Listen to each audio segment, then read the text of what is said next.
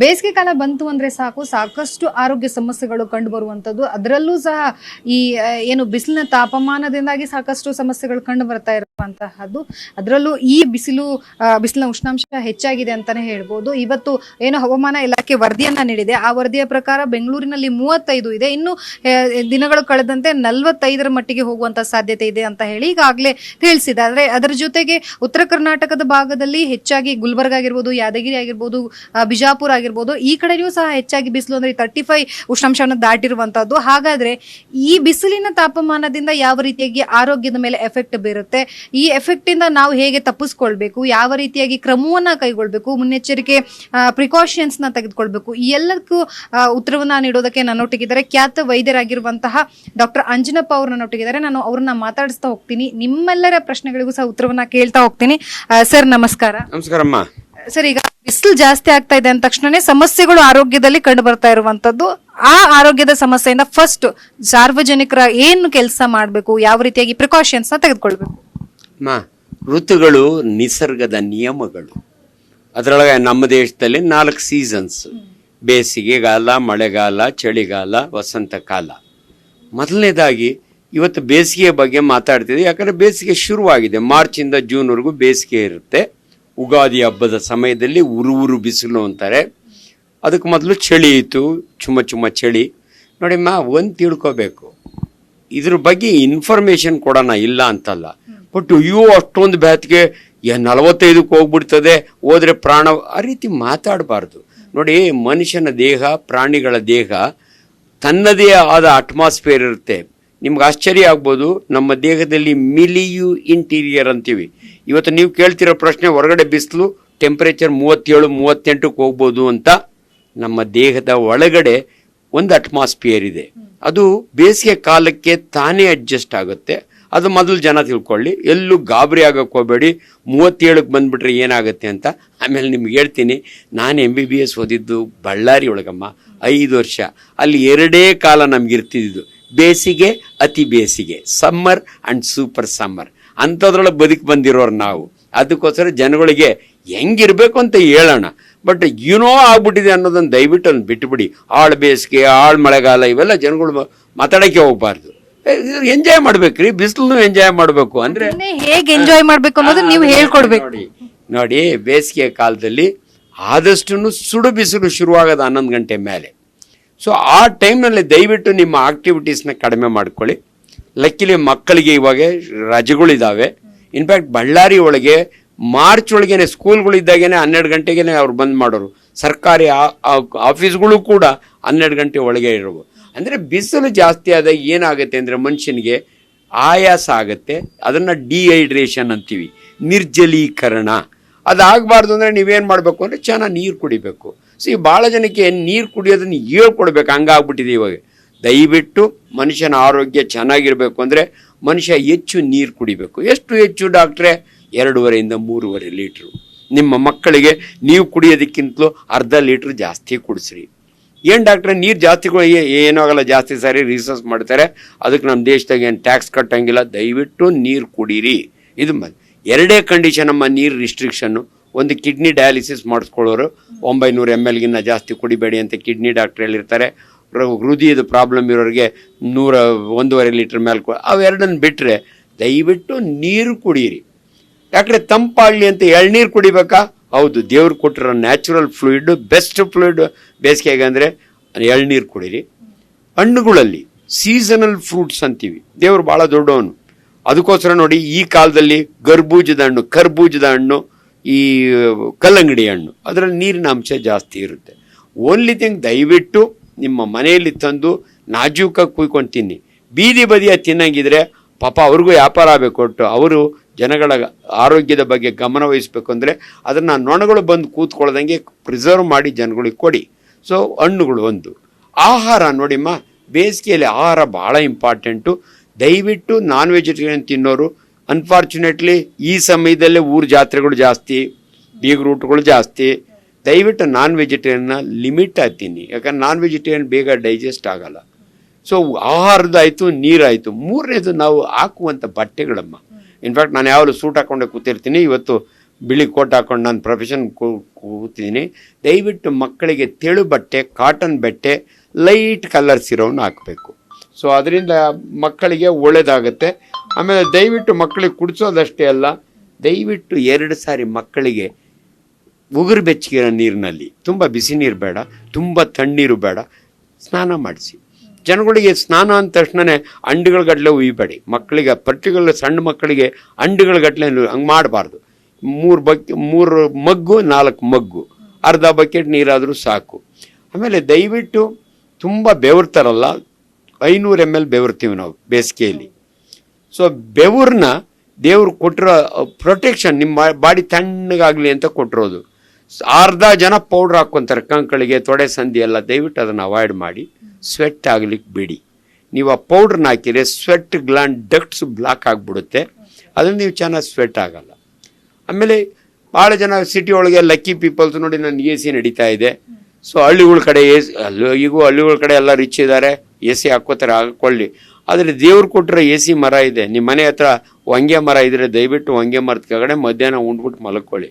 And ನಿಮ್ಮ ಕೆಲಸ ಕಾರ್ಯಗಳನ್ನೆಲ್ಲ ಆದಷ್ಟು 11 ಗಂಟೆ ಒಳಗಡೆ, ಸಂಜೆ 5 ಗಂಟೆ ಮೇಲೆ.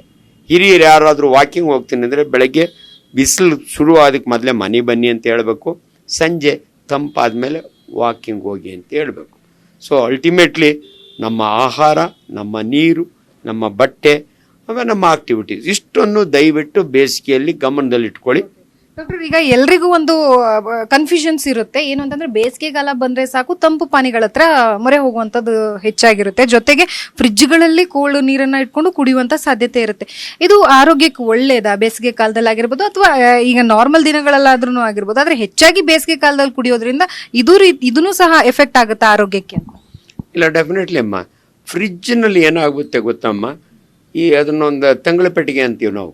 ಅದರೊಳಗೆ ಅನ್ಫಾರ್ಚುನೇಟ್ಲಿ ನೀವು ಫ್ರಿಜ್ನಲ್ಲಿ ಇಟ್ಟಿರೋದ್ರೊಳಗೆ ಸಪೋಸ್ ವೈರಸ್ಸು, ಬ್ಯಾಕ್ಟೀರಿಯಾ ಇದ್ರೆ ಮಲ್ಟಿಪ್ಲೈ ಆಗ್ತವೆ. ಅಲ್ಲ, ತಣ್ಣೀರು ಕುಡಿಯೋದ್ರಿಂದ ಆರೋಗ್ಯಕ್ಕೆ ಏನಾದರೂ ಡೇಂಜರ್ ಹಂಗೇನಿಲ್ಲ. ಬಟ್ ನಮಗೆ ಪೋರ್ಟಬಲ್ ವಾಟರ್ ಅಂತೀವಿ, ಕುಡಿಯಲಿಕ್ಕೆ ಯೋಗ್ಯವಾದ ನೀರು ಅಂದರೆ ಕಾಯಿಸಿ ಆರಿಸಿದ ನೀರು. ಸೊ ಯಾವಾಗಲೂ ಕೂಡ ಫ್ರಿಜ್ನೊಳಗಿರೋದನ್ನೇ ಇದು ಮಾಡ್ತೀನಿ, it is not advisable. Natural ಆಗಿರೋದನ್ನು ಕುಡೀರಿ ಅಂತ ಹೇಳ್ತೀವಿ. ಅದರೊಳಗೆ ಆಹಾರವನ್ನು ಬೇಸಿಗೆಯಲ್ಲಿ ನೀವು ಮಾಡಿ 3 ದಿನ ಫ್ರಿಜ್ಜಲ್ಲಿ ಇಟ್ಟು ಬಿಸಿ ಮಾಡಬೇಡಿ, ಅದು ನಾಟ್ ಅಡ್ವೈಸಬಲ್. ಸೊ ಅದು ಒಂದು. ಕಾಯಿಲೆಗಳ ಬಗ್ಗೆ ಭಾಳ ಇಂಪಾರ್ಟೆಂಟ್. ಈ ಬೇಸಿಗೆಯಲ್ಲಿ ಕೆಲವು ಕಾಯಿಲೆಗಳಿದ್ದಾವೆ. ಆಮೇಲೆ ಈ ತಂಪು ಪಾನೀಯಗಳು ಹೇಳಿದ್ರಲ್ಲ ನೀವು, ರೋಡ್ ಸೈಡ್ ಕುಡಿತಾರಲ್ಲ, ಸರಿಯಾಗಿ ಪ್ರಿಸರ್ವ್ ಮಾಡಿದರೆ ದಯವಿಟ್ಟು ಅದರೊಳಗೆ ಏರೇಟೆಡ್ ಡ್ರಿಂಕ್ಸು, ಈ ಕೋಲಾ ಇಂಥವೆಲ್ಲ ಕುಡಿತಿರಲ್ಲ, ಅನ್ಯಾಚುರಲ್ ಡ್ರಿಂಕ್ಸ್ನ ದಯವಿಟ್ಟು ಅವಾಯ್ಡ್ ಮಾಡಿ. ನ್ಯಾಚುರಲ್ ಡ್ರಿಂಕ್ಸ್ ನೀವು ಮನೆಯಲ್ಲೇ ಜ್ಯೂಸ್ ಮಾಡ್ಕೊಂಡು ಕುಡಿತೀನಿ ಅಂದರೆ ಕುಡೀರಿ. ಬಟ್ ಆ್ಯಕ್ಚುಲಿ ನಾನು ಹೇಳೋದು ಒಬ್ಬ ಗ್ಯಾಸ್ಟ್ರಾಂಟ್ರಾಲಜಿಸ್ಟ್ ಆಗಿ, ನಿಮಗೆ ಜ್ಯೂಸ್ ಎಷ್ಟು ಇಂಪಾರ್ಟೆಂಟು, ಫೈಬರ್ ಅಷ್ಟೇ ಇಂಪಾರ್ಟೆಂಟ್. ದೇವರು ಅಲ್ಲಿ ಕೊಟ್ಟಿದ್ದಾನೆ, ಹಣ್ಣುಗಳನ್ನ ತೊಳೆದು ಕವರ್ಕೊಂಡು ತಿನ್ನಿ. ಆ್ಯಪಲ್ ಆಗಲಿ, ಮ್ಯಾಂಗೋ ಆಗಲಿ, ಇದು ಮ್ಯಾಂಗೋ ಸೀಸನ್. ಮಾವಿನ ಹಣ್ಣನ್ನು ಜ್ಯೂಸ್ ಕುಡಿಯೋದ್ರ ಬದಲು ಹಣ್ಣೇ ತಿನ್ನಿ. ಆ ಫೈಬರ್ ಇರುತ್ತಲ್ಲ, ಅದು ನಿಮ್ಮ ಮೋಷನ್ಗೆ ಭಾಳ ಒಳ್ಳೆಯದು. ತುಂಬ ಜನಕ್ಕೆ ಮಲಬದ್ಧತೆ, ಅದರೊಳಗೆ ಎಲ್ಡರ್ಲಿ ಪೀಪಲ್ಸು ಮೋಷನ್ನೇ ಆಗಲ್ಲ ಡಾಕ್ಟ್ರೇ ಬೇಸಿಗೆ ಒಳಗೆ ಅಂತಾರೆ. ದಯವಿಟ್ಟು ನಿಮಗೆ ಮೋಷನ್ ಆಗಬೇಕಾದ್ರೆ ರಿಕ್ವೈರ್ಮೆಂಟ್, ಜನಗಳು ಒಂದು ತಪ್ಪು ತಿಳುವಳಿಕೆ ಇದೆ. ಚೆನ್ನಾಗಿ ಡೈಜೆಷನ್ ಆದರೆ ಚೆನ್ನಾಗಿ ಮೋಷನ್ ಆಗುತ್ತೆ ಅನ್ಕೋತಾರೆ. ಇದು ತಪ್ಪು ಭಾವನೆ ನಿಮ್ಮದು. ನಿಮಗೆ ಮೋಷನ್ನ ಚೆನ್ನಾಗಿ ಆಗಬೇಕು ಅಂದರೆ ನೀವು ತಿನ್ನುವ ಆಹಾರದಲ್ಲಿ ಫೈಬರ್ ಅಂದರೆ ನಾರಿನ ಅಂಶ. ಇವಾಗ ಚೇಪೆ ಹಣ್ಣು ತಿಂತೀರಿ, ಚೇಪೆ ಕಾಯಿ ತಿನ್ನಿ ಅಂತೀನಿ ನಾನು. ಆ ಬೀಜಗಳು ಇರ್ತಾವಲ್ಲ, ಅದು ಕರಗೋದಿಲ್ಲ, ಅದು ಫೈಬರ್ ಅಂತೀವಿ. ಮೋಷನ್ ಆಗಲಿಕ್ಕೆ ಇವೆಲ್ಲ ಭಾಳ ಇಂಪಾರ್ಟೆಂಟ್. ರಾಗಿ ಮುದ್ದೆನ ಭಾಳ ಜನ ಗಟ್ಟಿ, ಮೋಷನ್ ಆಗಲ್ಲ. ಚಪಾತಿನ ಅದು ಹೀಟು, ದಯವಿಟ್ಟು ಇವನ್ನೆಲ್ಲ ಬಿಟ್ಟುಬಿಡಿ. ರಾಗಿ ಮುದ್ದೆ ಒಳಗೆ ಫೈಬರ್ ಇರುತ್ತೆ. ಆದ್ದರಿಂದ ದಯವಿಟ್ಟು ಇಷ್ಟು ದಪ್ಪ ಮುದ್ದೆ ಇದ್ದರೆ ಇಷ್ಟು ಸೊಪ್ಪು ತರಕಾರಿಗಳು, ಇಷ್ಟಗಳ ಚಪಾತಿ ಇಷ್ಟು ಸೊಪ್ಪು ತರಕಾರಿಗಳು. ಇನ್ನೊಂದು ಭಾಳ ಜನಗಳ ತಪ್ಪು ಕಲ್ಪನೆ, ಕೋಳಿ ತಿಂದರೆ ಹೀಟ್ ಆಗುತ್ತೆ, ಪೈಲ್ಸ್ ಬರುತ್ತೆ, ಮೋಷನ್ ಬ್ಲಡ್ ಹೋಗುತ್ತೆ, ಎಕ್ಸಸ್ ಆಫ್ ಹೀಟು. ಇವೆಲ್ಲ ನಿಮ್ಮ ಭಾಷೆ, ನಮ್ಮ ಮೆಡಿಕಲ್ನಾಗ ಹಂಗಿಲ್ಲ. ಕೋಳಿಗೂ ಪೋರ್ಕ್ಗೂ ಡಿಫ್ರೆನ್ಸ್ ಇಷ್ಟೇ. ಪೋರ್ಕ್ ಮಟನ್ನಲ್ಲಿ ಫೈಬರ್ ಜಾಸ್ತಿ, ನಿಮಗೆ ಮಲಬದ್ಧತೆ ಆಗಲ್ಲ. ಚಿಕನ್ನಲ್ಲಿ, ಸ್ಕಿನ್ ಔಟ್ ಚಿಕನ್ನಲ್ಲಿ ನಿಮಗೆ ಫೈಬರ್ ಇರಲ್ಲ, ಮಲಬದ್ಧತೆ ಆಗುತ್ತೆ. ನೀವು ಖುಷಿಯಿಂದ ಕೋಳಿ ತಿನ್ನಿ, ಆದರೆ ಸಲಾಡ್ಸ್ ತಿನ್ನಿ, ಸೌತೆಕಾಯಿ, ಮೂಲಂಗಿ, ಟೊಮೊಟೊ, ಇಂಥವನ್ನೆಲ್ಲ ಭಾಳ ಇಂಪಾರ್ಟೆಂಟು. ದಿನನಿತ್ಯದ ನಮ್ಮ ಆಕ್ಟಿವಿಟೀಸ್ ಇವು. ಸ್ವಲ್ಪ ನಾನೊಬ್ಬ ವೈದ್ಯನಾಗಿ, ನಾನೊಬ್ಬ ಕ್ವಾಲಿಫೈಡ್ ಡಾಕ್ಟ್ರಾಗಿ, ಪಾಪ ನೀವೆಷ್ಟು ಚೆನ್ನಾಗಿ ಜನರಿಗೋಸ್ಕರವಾಗಿ ನೀವು ಈ ಕಾರ್ಯಕ್ರಮ ಮಾಡ್ತಾಯಿದ್ದೀರಿ. ಅದು ಕರೆಕ್ಟ್ ಸೈಂಟಿಫಿಕ್ ಇನ್ಫಾರ್ಮೇಷನ್. ಹಣ್ಣುಗಳು ತಿನ್ನಬೇಕಾ? ಚುಕ್ಕೆ ಬಾಳೆಹಣ್ಣು ತಿನ್ನಬೇಡಿ, ದ್ವಾರ ಇರೋ ಹಣ್ಣು ತಿನ್ನಿ. ಅಂದರೆ ಏಲಕ್ಕಿ ಬಾಳೆಹಣ್ಣು, ಪಚ್ಚ ಬಾಳೆಹಣ್ಣು, ಇವರಾಗೆಲ್ಲ ಫೈಬರ್ ಇರುತ್ತೆ. ಆ್ಯಪಲ್ನ ಡಾಕ್ಟ್ರೆ ಅದನ್ನು ವ್ಯಾಕ್ಸ್ ಹಾಕ್ಬಿಟ್ಟಿರ್ತಾರಲ್ಲ, ಚೆನ್ನಾಗಿ ತೊಳೆದು ತಿನ್ನಿ. ಎಲ್ಲ ಹಣ್ಣುಗಳಿಗೂ ಚರ್ಮ ಸುಳಿಬೇಡಿ. ಈ ಜನಗಳು ಇದೊಂದು ಸೌತೆಕಾಯಿಗೂ ಚರ್ಮ ಸುಳಿತಾರೆ. ಏನೋ ಬಾಳೆಹಣ್ಣು ಸುಳಿಬೇಕು. ನಾನು ಒಬ್ಬ ವೆಟರ್ನರಿ ಡಾಕ್ಟರ್ ನೋಡಿದ್ದೀನಿ, ವಾಸ್ ಎ ಗೈನಕಾಲಜಿ. ಬಾಳೆಹಣ್ಣನ್ನ ಅವ್ರು ಹಂಗೆ ಸುಳಿದಿರನ್ನೇ ತಿನ್ನೋರು. ಅಂದರೆ ದಟ್ ಈಸ್ ಆಲ್ಸೋ ಇಂಪಾರ್ಟೆಂಟ್ ಅಂತ. ಇದು ಜನಗಳಿಗೆ ಅರಿವು ಇರಬೇಕು. ಅದಕ್ಕೋಸ್ಕರ ದಯವಿಟ್ಟು ಎಷ್ಟೋ ಜನ ನೋಡಿ ಭಾಳ ಸೊಫಿಸ್ಟಿಕೇಟ್ ಆಗ್ಬಿಟ್ರೆ ಸಪೋಟನ ಒಳಗಡೆಯಿಂದ ಸ್ಪೂನ್ನ ತೆಗೆದು ತಿಂದು ಅದನ್ನು ಬಿಸಾಕ್ತಾರೆ. ಸಾಕಬಾರ್ದು. ಹಣ್ಣುಗಳಿಗೆ ಆ ಕವರ್ ಇರಬೇಕು. ಡಾಕ್ಟರ್, ನೀವು ಇದನ್ನ ಹೇಳುವಾಗ ನನ್ಗೆ ಅನ್ಸಿರೋದು, ತುಂಬಾ ಜನರಿಗೆ ಇದೊಂದು ಪ್ರಶ್ನೆ ಇರುತ್ತೆ, ಯಾವ ಹಣ್ಣನ್ನ ನಾವು ಸಿಪ್ಪೆ ತೆಗೆದು ತಿನ್ಬೇಕು, ಯಾವ ಹಣ್ಣನ್ನ ಸಿಪ್ಪೆ ತೆಗೆದು ತಿನ್ಬೇಕು ಅನ್ನುವಂಥದ್ದು. ಸೊ ಅದಕ್ಕೊಂದು ಕ್ಲಾರಿಫಿಕೇಶನ್ ಕೊಟ್ಬಿಡಿ ಅಮ್ಮ. ವೆರಿ ಸಿಂಪಲ್ ಅಮ್ಮ. ಆ್ಯಪಲ್ಗೆ ಸಿಪ್ಪೆ ತೆಗೆದು ಬೇಡಮ್ಮ ಅದನ್ನ. ಬಟ್ ಜನ ಹೇಳೋದು ಡಾಕ್ಟ್ರೆ ಅದಕ್ಕೆ ವ್ಯಾಕ್ಸ್ ಆಗುತ್ತೆ. ತೊಳೆಯಿರಿ, ಏನೂ ಆಗೋದಿಲ್ಲ. ಸೌತೆಕಾಯಿಗೆ ಚರ್ಮ ಸುಳಿಬೇಡಿ, ಅಂದರೆ ಸಿಪ್ಪೆ ತೆಗಿಬೇಡಿ ನೋಡಮ್ಮ. ಬಾಳೆಹಣ್ಣು ಒಂದು ತೆಗಿಲೇಬೇಕು, ಕಿತ್ಲೆ ಹಣ್ಣು, ಮೂಸಂಬಿ, ಸಪೋಟಗೂ ಹಂಗೆ ತೊಳೆದು ಕಂಪ್ಲೀಟ್ ಸಪೋಟ ತಿನ್ನಿ. ಎಲ್ಲ ಹಣ್ಣುಗಳನ್ನು ಫೈಬರ್ ಇರೋದ್ರಿಂದ ಅದರ ಸಮೇತ ದ್ರಾಕ್ಷಿ ಪ್ರತಿಯೊಂದು ಕೂಡ. ಓನ್ಲಿ ಬಾಳೆಹಣ್ಣು ಅಷ್ಟೇ. ಕಿತ್ಲೆ ಹಣ್ಣು ಇದು, ಅದರೊಳಗೆ ಕಿತ್ಲೆ ಒಳಗೆ ಹಿಂಗೆ ತೆಗೆದು ಆ ಒಳಗಡೆ ಇದನ್ನು ತೆಗೆದು ಹಂಗೇನಿಲ್ಲ. ಕಿತ್ಲೆ ಹಣ್ಣ ತೊಳೆನ ಹಂಗೆ ತಿನ್ಬೋದು, ಬೀಜನ ಬೇಕಾದ್ರೂ ತೆಗೆದ್ರು ಆಯ್ತು. ಈವನ್ ಬೀಜನ ಹಾಕ್ಕೊಂಡು ತಿಂದರೂ ಏನೂ ಆಗಲ್ಲ. ಇಷ್ಟೊಂದು ಹೇಳ್ತೀನಿ. ಸೊ ಹಣ್ಣುಗಳನ್ನ ದಯವಿಟ್ಟು, ಅಂಡ್ ಸೀಸನಲ್ ಫ್ರೂಟ್ಸ್ ಅಂತ ಯಾಕಂತೀವಿ ಅಂದರೆ ನೋಡಿ, ಇವಾಗ ಮ್ಯಾಂಗೋ ಸೀಸನ್, ಬೇಸಿಗೆ ಕಾಲದಲ್ಲಿ ಮ್ಯಾಂಗೋ ತಿನ್ನಬೇಕು. ನೀವು ಮ್ಯಾಂಗೋ ಜ್ಯೂಸ್ ಮಾಡ್ಕೊಂಡು ಕುಡಿಯೋದಲ್ಲ, ಮ್ಯಾಂಗೋದನ್ನ ಎಲ್ಲ ತೆಗೆದುಬಿಟ್ಟು ಒಳಗಡೆ ಇದನ್ನು ಹಿಂಗೆ ಸ್ಟಿಕ್ ಹಾಕಿ ತಿನ್ನೋದಲ್ಲ. ಮಕ್ಕಳಿಗೆ ಮ್ಯಾಂಗೋನ ಎಂಥ ಮ್ಯಾಂಗೋನೇ ಆಗಲಿ, ತೋತಾಪುರಿ ಮಾವಿನಕಾಯಿ ಆಗಲಿ ಹಾಕ್ಕೊಂಡು ತಿನ್ನಬೇಕು. ಅವನ್ನ ಆ ರೀತಿ ಕಲ್ತ್ಕೊಳ್ಬೇಕು. ಯಾಕಂದರೆ ಅದು ಇಂಪಾರ್ಟೆಂಟ್. ಫೈಬರ್ ಇಸ್ ದೇವ್ರು ಕೊಟ್ಟಿರೋದು, ಇದು ನಾವು ತಿನ್ಬೇಕದು. ಸೊ ಬೇಸಿಗೆ ಕಾಲ ಅಂದ ತಕ್ಷಣನೇ ಫಸ್ಟ್ ಭಯ ಆಗುವಂತಹದ್ದು ತಂದೆ ತಾಯಿಗಳಿಗೆ. ಕಾರಣ ಅಂತಂದ್ರೆ ಮಕ್ಕಳು ರಜೆ ಇರುತ್ತೆ, ಓಡಾಡ್ತಾರೆ, ಅವರಿಗೆ ಊಟದ ಯಾವ ರೀತಿಯಾಗಿ ಕೊಡಬೇಕು, ಅವ್ರನ್ನ ಹೆಂಗೆ ನೋಡ್ಕೊಳ್ಬೇಕು ಅನ್ನುವಂಥದ್ದು ಒಂದು ಕನ್ಸರ್ನ್ ಇರುತ್ತೆ ತಂದೆ ತಾಯಿಗಳಿಗೆ. ಈ ಸಂದರ್ಭದಲ್ಲಿ ಮಕ್ಕಳನ್ನ ಯಾವ ರೀತಿಯಾಗಿ ನೋಡ್ಕೊಳ್ಬಹುದು ತಂದೆ ತಾಯಿಗಳು, ಯಾವ ರೀತಿಯಾಗಿ ಅವರಿಗೆ ಊಟದಲ್ಲಿ ಯಾವ ರೀತಿಯಾಗಿ ಏರುಪೇರು ಆಗದಂತೆ ನೋಡ್ಕೊಳ್ಬೇಕು ಅನ್ನೋದು. ಅದು ನಿಜಮ್ಮ. ಮಕ್ಕಳಿಗೆ ನೀರಂದರೆ ಭಾಳ ಖುಷಿಯಮ್ಮ. ನಾವೆಲ್ಲ ಹಳ್ಳಿ ರೈತರ ಮಕ್ಕಳು, ಕುಂಟೆಗೆ ಹೋಗಿ ಈಜೊಡಿಯವಿ, ಕೆರೆ ಒಳಗೆ ಈಜೊಡಿಯವಿ. ಬಟ್ ಈ ಕಾಲ ಬದಲಾಗಿರೋದ್ರಿಂದ ನಿಮ್ಮ ಮಕ್ಕಳಿಗೆ ಸಾಕಷ್ಟು ಸ್ವಿಮ್ಮಿಂಗ್ ಪೂಲ್ಸ್ ಇದ್ದಾವೆ. ಬಟ್ ಸ್ವಿಮ್ಮಿಂಗ್ ಪೂಲ್ ಹೋಗೋ ಮಕ್ಕಳಿಗೆ, ನಾನು ಮಲ್ಲೇಶ್ವರಂ ಕ್ಲಬ್ ಅಸೋಸಿಯೇಷನ್ನ ಪ್ರೆಸಿಡೆಂಟ್ ಇದ್ದೀನಿ. ನಮ್ಮ ಸ್ವಿಮ್ಮಿಂಗ್ ಕಾಂಪಿಟೇಷನ್ ನಡೀತಾ ಇದೆ. Swimming hygiene is very very important. ಎಲ್ಲಿ ನೀವು ಸ್ವಿಮ್ಮಿಂಗ್ ಕಳಿಸ್ತಿರಲ್ಲ ಅಲ್ಲಿ ಪ್ರಾಪರ್ ಕ್ಲೋರಿನೇಷನ್ ಆಗಿದೆಯಾ, ಆ್ಯಂಡ್ ಒಬ್ಬರಿಂದ ಇನ್ನೊಬ್ಬರಿಗೆ ರೆಸ್ಪಿರೇಟರಿ ಇನ್ಫೆಕ್ಷನ್. ಆ್ಯಂಡ್ ಈ ಬೇಸಿಗೆ ಕಾಲದ 2 ಕಾಯಿಲೆ ಭಾಳ ಇಂಪಾರ್ಟೆಂಟ್ ಅಂದರೆ ಕಾಲ್ರ. ಪರ್ಟಿಕ್ಯುಲರ್ ನೀವು ಊರುಗಳು ಜಾತ್ರೆಗೆ ಹೋದರೆ ಅಲ್ಲಿನ ನೀರಿನಿಂದ ಬರುವಂಥ ಬ್ಯಾಕ್ಟೀರಿಯಲ್ ಡಿಸೀಸು ಕಾಲ್ರ. ಅದು ಬಿಟ್ಟರೆ ಟೈಫಾಯ್ಡು, ಅದು ಬಿಟ್ಟರೆ jaundice is A viral disease. Hepatitis A ಅಂತೀವಿ. ಅದರೊಳಗಾಗಿ ಹೊಳೆ ಇರೋ ಊರುಗಳಲ್ಲಿ ನನ್ನ ಬುಕ್ನಾಗ ಎಷ್ಟು ಚೆನ್ನಾಗಿ ಬರೆದಿದೆ ಅಂದರೆ, ಈ ಹೊಳೆ ನೀರು ಅಲ್ಲಿ ಮೋಷನ್ ಮಾಡೋದು ಇದು ಇಲ್ಲಿ ಡೈರೆಕ್ಟಾಗಿ ಇವನ್ ಬಾಯಿಗೆ ಬರ್ತದೆ. ಆದ್ದರಿಂದ ದಯವಿಟ್ಟು ಅಂಥ ನೀರುಗಳಲ್ಲಿ ಮಕ್ಕಳು ಈಜಿನಾಡುವಾಗ ಅದ್ರ ಹೈಜೀನ್ ಹೆಂಗಿದೆ ಅದನ್ನು ನೋಡ್ಕೋಬೇಕು.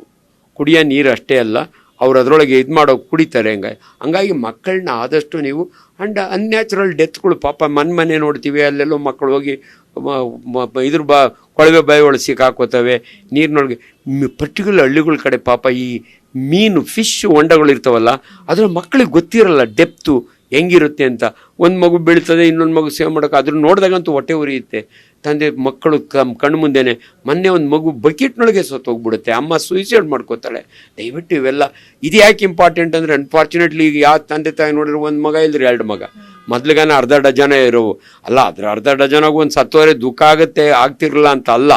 ಆದರೂ ಭಾಳ ಪ್ರೆಷಿಯಸ್ ಚಿಲ್ಡ್ರನ್ನ ಕಷ್ಟಪಟ್ಟು ಬೆಳೆಸಿರ್ತೀರಿ, ಸ್ವಲ್ಪ ನೋಡ್ಕೋಬೇಕು. ಅದರೊಳಗೆ ಬೇಸಿಗೆ ಒಳಗೆ ಮಕ್ಕಳ ಈ ಆಟ, ಈಗಂತೂ ಮೊಬೈಲ್ ಬಂದ ಮೇಲೆ ಮಕ್ಕಳು ತುಂಬ ಫ್ರೀ ಆಗಿಬಿಟ್ಟಿದ್ದಾವೆ, ಅದರಿಂದನೂ ಸೈಡ್ ಎಫೆಕ್ಟ್ ಇರ್ತವೆ.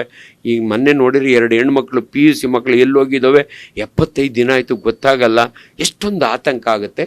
ಇವೆಲ್ಲವನ್ನೂ ಕೂಡ ಜವಾಬ್ದಾರಿ, ಯಾಕಂದರೆ ನಿಮ್ಮ ಸಾಮಾಜಿಕ ಜವಾಬ್ದಾರಿ ನೋಡಿ ನನಗೆ ಖುಷಿ ಆಗುತ್ತೆ. ವೇಗ ನಿಮ್ಮ ಸಾಮಾಜಿಕ ಕಳಕಳಿ ನನಗೆ ಭಾರಿ ಖುಷಿ. ಇನ್ನೊಂದೇನಂತಂದ್ರೆ ಆಹಾರ ಪದ್ಧತಿ ಬಹಳ ಮುಖ್ಯ ಆಗುತ್ತೆ. ಸ್ಪೆಷಲ್ ಆಗಿ ಮಕ್ಕಳು ರಜೆ ಅಂದ ತಕ್ಷಣ ಎಲ್ಲವನ್ನ ತಿನ್ನೋದಕ್ಕೆ ಅವ್ರು ಮುಂದಾಗ್ತಾರೆ. ಜಂಕ್ ಫುಡ್ಸ್ ಆಗಿರ್ಬೋದು, ಪಾನಿಪುರಿ, ಇಂತಹ ಚಾಟ್ಸ್ ಗಳನ್ನು. ಸೊ ಇದು ಎಷ್ಟರ ಮಟ್ಟಿಗೆ ಈ ಬೇಸಿಗೆ ಕಾಲದಲ್ಲಿ ಕೊಡೋದು ಒಳ್ಳೇದಾ, ಅಥವಾ ನಾರ್ಮಲ್ ಆಗಿನೇ ಇದೆಲ್ಲವೂ ಆರೋಗ್ಯಕ್ಕೆ ಒಳ್ಳೇದಾ? ನೋಡಮ್ಮ, ಬೀದಿ ಸೈಡ್ನಲ್ಲಿ ಬಹಳ ಜನ ಎಂಜಾಯ್ ಮಾಡೋದು ಅಂದರೆ ಪಾನಿಪುರಿ, ಮಸಾಲೆ ಪೂರಿ ಆ್ಯಂಡ್ ಬೇಲ್ಪೂರಿ. ಬಟ್ ಅನ್ಫಾರ್ಚುನೇಟ್ಲಿ ನನಗೆ ಒಬ್ಬ ಗ್ಯಾಸ್ಟ್ರಾಂಟ್ರಾಲಜಿಸ್ಟ್ ಆಗಿ ನನಗೆ ಭಾಳ ಕನ್ಸರ್ನ್ ಅಂದರೆ ಆ ನೋಡಿ ಬಿಸಿ ಇರೋದ್ರೊಳಗೆ ಯಾವ ಬ್ಯಾಕ್ಟೀರಿಯಾ ವೈರಸ್ ಎಲ್ಲ ಫ್ರೈ ಆಗಿಬಿಡ್ತವೆ. ನಾನ್ ವೆಜಿಟೇರಿಯನ್ ಫುಡ್ ಇದ್ದಂಗೆ ಅದು ವೆಜಿಟೇರಿಯನ್ಗೂ. ಬಟ್ ಅನ್ಫಾರ್ಚುನೇಟ್ಲಿ ಪಾನಿ ಇರುತ್ತಲ್ಲ, ಆ ಪಾನಿ ಒಳಗೆ ಅವನು ಬೆರಳಾಡಿಸ್ತಾ ಇರ್ತಾನೆ.